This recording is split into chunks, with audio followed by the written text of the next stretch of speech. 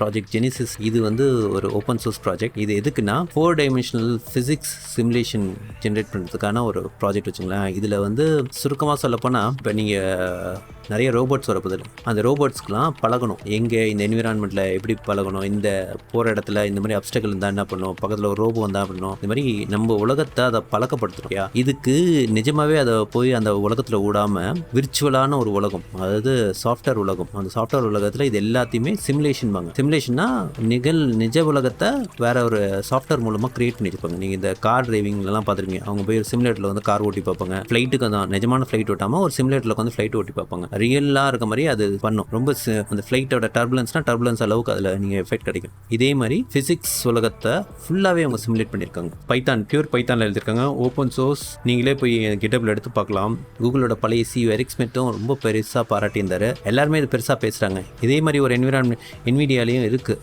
இது வந்து என்விடியாவோட consumer grade graphics கார்ட்லேயே இது ரொம்ப ஷார்ட் டைம்லேயே இதோட சிமுலேஷன் ஒர்க்லாம் முடிச்சிடும். இதோட மேஜர் பிரேக் த்ரூ, எந்த ஒரு ரோபோட்டோட ட்ரைனிங்க்கும் அந்த சாஃப்ட்வேரில் இதில் ட்ரெயின் பண்ணிட்டு இதை கொண்டு போய் அப்லோட் பண்ணிட்டா அது ரியல் வேர்ல்டில் கரெக்டாக பிஹேவ் பண்ணிட்டு போகும். எனக்கு தெரிஞ்சு ஃபிசிக்ஸ் ரொம்ப பிடிச்சவங்களோ இல்லை ஜென்ரலாக அந்த ரோபோட்டிக்ஸ் பிடிச்சவங்களோ இதை டீட்டெயிலாக படிங்க, நிறைய சேஞ்சஸ் கொண்டு வரும் இதுவும்.